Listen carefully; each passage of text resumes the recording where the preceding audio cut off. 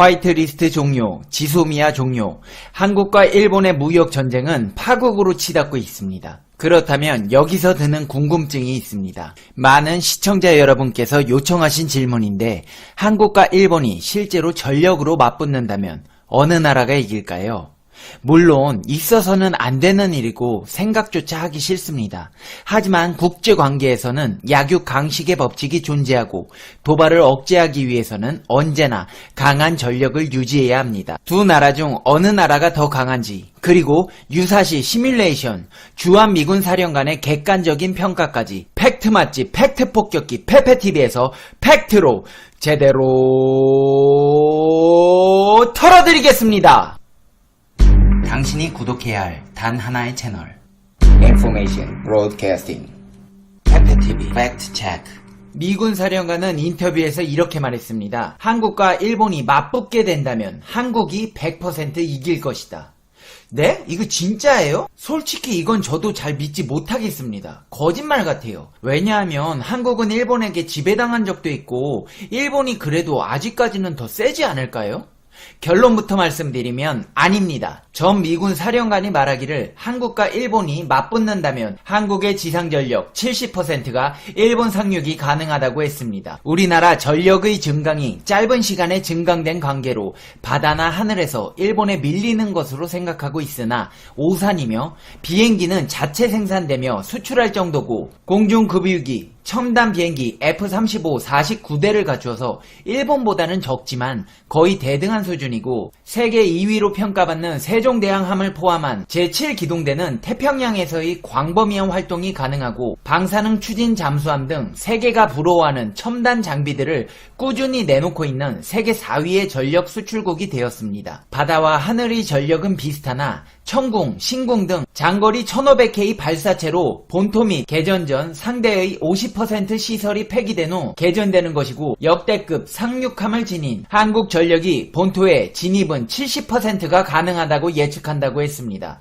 군사 전문가들은 3일이면 모든 상황이 끝날 것으로 예상합니다. 임팩 훈련 시 29대를 무너뜨린 장보고함을 비롯 운용면에서 세계 최고인 한국의 전력을 감안하지 않더라도 100% 대한민국의 승리를 예측했습니다. 이에 위기감을 느낀 아베가 법 개정을 해서라도 전력 확장을 하려고 하는 겁니다. 한마디 문장으로 정리해 동물에 비교하면 호랑이와 상어의 싸움입니다. 지상에서 붙을 것인가, 바다에서 붙을 것인가, 그것이 문제입니다. 실제로 일본에서 한국으로 무단 침범한 사례가 있습니다. 2000년 일본의 호위함 한 척이 독도 근처에서 해양 조사를 한 것입니다. 이런 사실이 뒤늦게 확인되었고 대한민국의 미온적 대응에 국민들은 분노했습니다. 2005년 다케시마의 날 발효 직후에 일본의 비행기 한 대가 독도 상공으로 들어와 한국의 F4 2대가 경고해서 일본이 물러난 사례도 있습니다. 해경과 해상보안청 사이에 대치도 있었습니다. 2006년 해상보안청 순시선이 독도 근처에서 한국 연구선의 작업을 중지하도록 요청하면서 호위하던 한국 해경의 경비정과 해상보안청의 순시선 간의 대치 상황이 있었습니다. 한동안 대치하던 두 함정은 무력 충돌 없이 일본 순시선이 물러남으로써 끝났습니다. 당시 관방장관이던 아베는 노 대통령이 사망한 다음 해인 2010년에 노무현 대통령이 직접 사격 명령을 내렸다고 말했습니다. 아베 총리의 발언은 노 대통령이 비밀리에 위에 사격 명령을 내렸다고 하는데 비밀리에 사격 명령을 내린 걸 당시 관방장관이던 아베만 혼자 아는지 의심스럽습니다. 해상보안청은 평시에 해상보안청 장관이 보고받고 유사시에 방위 대신 총괄하기 때문입니다. 이는 한일 양국에서 유일한 출처가 아베의 말뿐인지라 교차 검증이 되지 않습니다. 실제로도 사격은 없었습니다. 더구나 2018년 12월 광개토 대왕항과 일본 초계기 사이에 있었던 사격 관제 레이더 논란을 일본 방위성에서조차 그냥 넘기려 했던 것인데 아베 총리의 지시로 성명을 발표하고 초계기가 촬영한 영상을 유튜브에 올려버린 게 드러났습니다. 틈날 때마다 헌법 9조의 개헌을 통한 궁극화를 시도했던 점과 아베의 지지율이 급락한 때에 지지율을 끌어올리는 정치적 술수가 엿보인 사건이라 이때도 한국 해경이 선제 사격을 하려 했다는 아베의 말에는 신뢰성이 굉장히 떨어집니다. 정말 교전이 일어났다면 북한하고는 다르게 국제적으로 큰 분쟁으로 이어질 게 뻔하기 때문입니다.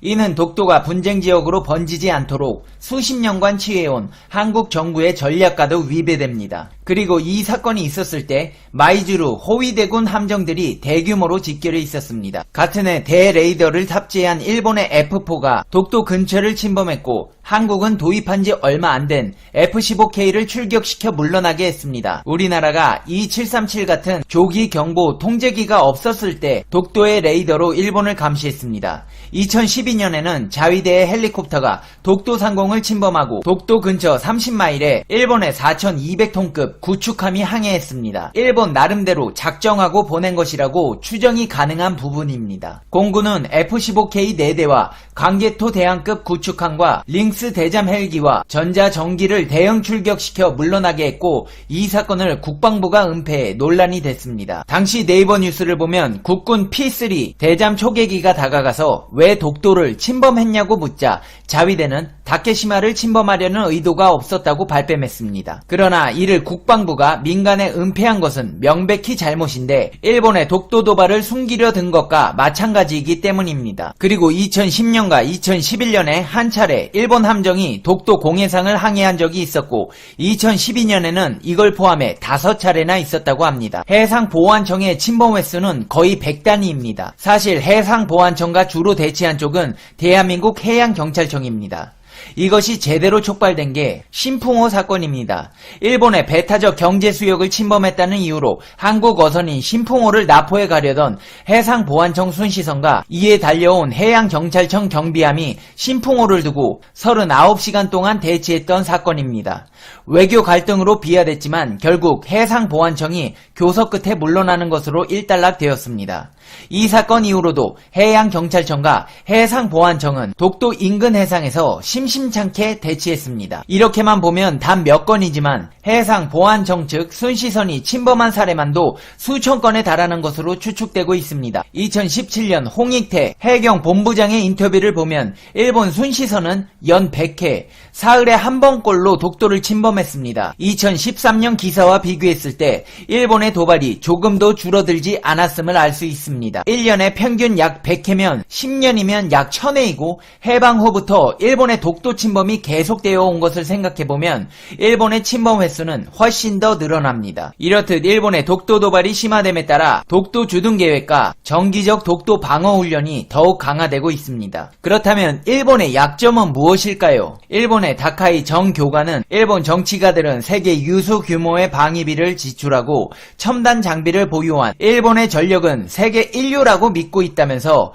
그러나 상대적으로 일본의 통합 방위태세는 미비한 구석이 많다고 했습니다. 한국이 작전 기지를 둔 제주도와 1의 대수의 거리에 있는 고토열도 그리고 스시마를 지원하는 이키섬은 무방비 상태라고 했습니다. 즉 사정거리 약 120km의 제5대함 연대는 북규슈 연안으로부터 스시마 동쪽 해역에 걸쳐 제어가 가능합니다. 하지만 구마모토의 캔쿤 주둔지에 상주해 있기 때문에 즉각적으로 배치될 수 없는 한계를 지니고 있다는 것입니다. 유사시 한국과 붙을 경우 육상 전력도 규슈와 오키나와 본토에 걸쳐 분산되어 있습니다. 다카이 정 교관은 호위함과 잠수함은 한국 전력보다 질적으로 우세하다고는 하나 대비태세가 불리하다며 장대한 12의 각 기지에 분산되어 있는 별도의 해역의 바다 임무를 수행 중이어서 전장 해역으로 집중해 투입하기에는 상당한 시간이 소요된다고 했습니다. 한국의 비행기보다 능력의 우위에 있다고 평가되는 F-15J도 일본 열도 각지에 분산돼 붙게 되면 한 곳으로 모이기가 어려울 가능성이 크다고 지적하고 있습니다. 이 정도면 한국과 일본이 붙어볼만 하다는 생각이 드시나요? 아무리 한일 양국 간의 국민 감정이 안 좋아도 양국의 정상들이 그렇게까지 바보는 아닙니다. 뒤에 따라올 결과가 너무 끔찍하기 때문입니다. 한국은 해상 봉쇄 수준까지는 아니지만 무역로에 큰 타격을 입을 것은 뻔한 일이고 일본은 규슈와 혼슈 서부가 직접적으로 피해당할 것은 자명한 일입니다. 어느 쪽이든 둘 다 손해보는 건 마찬가지입니다. 이겨봤자 손해가 막심하다는 겁니다. 물론 일본은 20세기에 중국, 미국과 맞붙었던 적이 있습니다. 하지만 당시의 일본 제국과 지금의 일본은 재반 사정부터가 다릅니다. 당장 당시의 일본보다 걸려있는 게 너무 큰 상황이다 보니 그때와는 달리 손해가 더 클 것임이 분명하기 때문입니다. 그래서 현대사회에서는 국가 간에 맞붙을 가능성이 낮은 것입니다. 만약 한일 갈등으로 맞붙을 기류가 흐른다면 양국 모두 소탐 대실인지라 미국의 중재안을 따를 가능성이 큽니다. 지금 당장 센카쿠 갈등만 봐도 주일 미군만 없으면 솔직히 답이 없는 상황입니다. 한국과 일본이 붙어봤자 웃는 건 북한, 중국, 러시아입니다.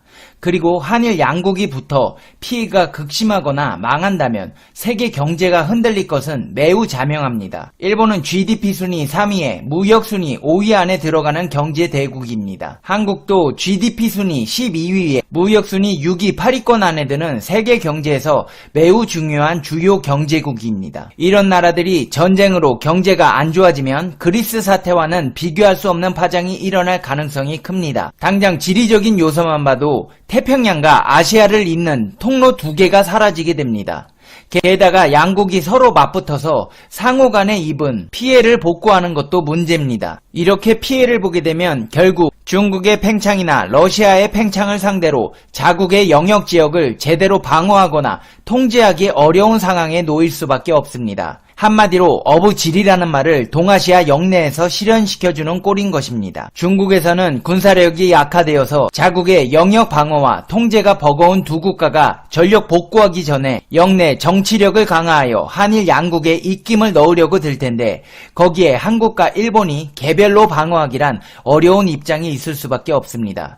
즉 정치, 안보, 경제, 군사 분야에서 한국과 일본은 맞붙게 되면 아무런 이익이 없는 결과만 나온다는 점입니다. 누가 더 많은 피해를 입었는가 조차도 상관없을 정도이며 50보, 100보라는 차이만 재확인하게 될 뿐이라는 점입니다. 이렇게 얻는 것 하나 없는 행동을 할 이유가 있을까요? 결국에는 사이좋게 지내지는 않더라도 싸우는 일은 없어야겠습니다. 이제 페페TV의 결론 듣겠습니다. Conclusion. 페페TV. 여러분, 우리 모두 싸우지 말고 사랑하면서 살아요. 그런 의미에서 사랑의 주문 걸어드리겠습니다. 페페TV를 시청하신 당신은 행운의 주문에 걸렸습니다. 당신은 이번 주에 로또 1등에 당첨되실 운명입니다. 뿐만 아니라 본인을 비롯한 부모님들까지 건강하게 무병장수하시고 집안에 평안이 가득하시고 행복해지실 겁니다. 페페TV가 여러분에게 드리고 싶은 말씀이 있습니다. 오랫동안 꿈을 그리는 사람은 마침내 그 꿈을 닮아간다. 니체가 한 말입니다. 제가 제일 좋아하는 말인데요. 여러분도 꿈이 있다면 매일 그 꿈을 생각하고 되뇌어 보세요. 언젠가는 그 꿈에 가까워져 있는 자신을 발견하게 되실 거예요. 하지만 실패를 두려워하실 필요는 없습니다. 승자는 한 번 더 시도해본 실패자이기 때문입니다. 수많은 실패 끝에 얻어진 한 번의 성공, 그 성공을 맛보기 위해서 우리는 수많은 노력을 하기도 하지만 실패도 합니다. 그걸 두려워하지 마세요. 실패하셔도 됩니다. 모든 승리자는 실패를 해본 사람이기 때문입니다. 포기하지 않는 것도 실력입니다. 살아가는 동안 수많은 장애물 속에서 발버둥 치다 보면 하루에도 몇 번씩 포기하고 싶은 마음이 생깁니다. 하지만 포기하지 않는 의지력 자체만으로도 당신은 충분히 실력이 있음을 잊지 마세요. 오늘도 포기하지 않는 당신을 페페TV는 응원합니다. 오늘도 좋은 하루 되시고 행운이 가득한 날이 되실 거예요. 여러분 화이팅! 페페TV도 화이팅! 아베는 후쿠시마 방사능 온천 가서 오염수 원샷 드링킹!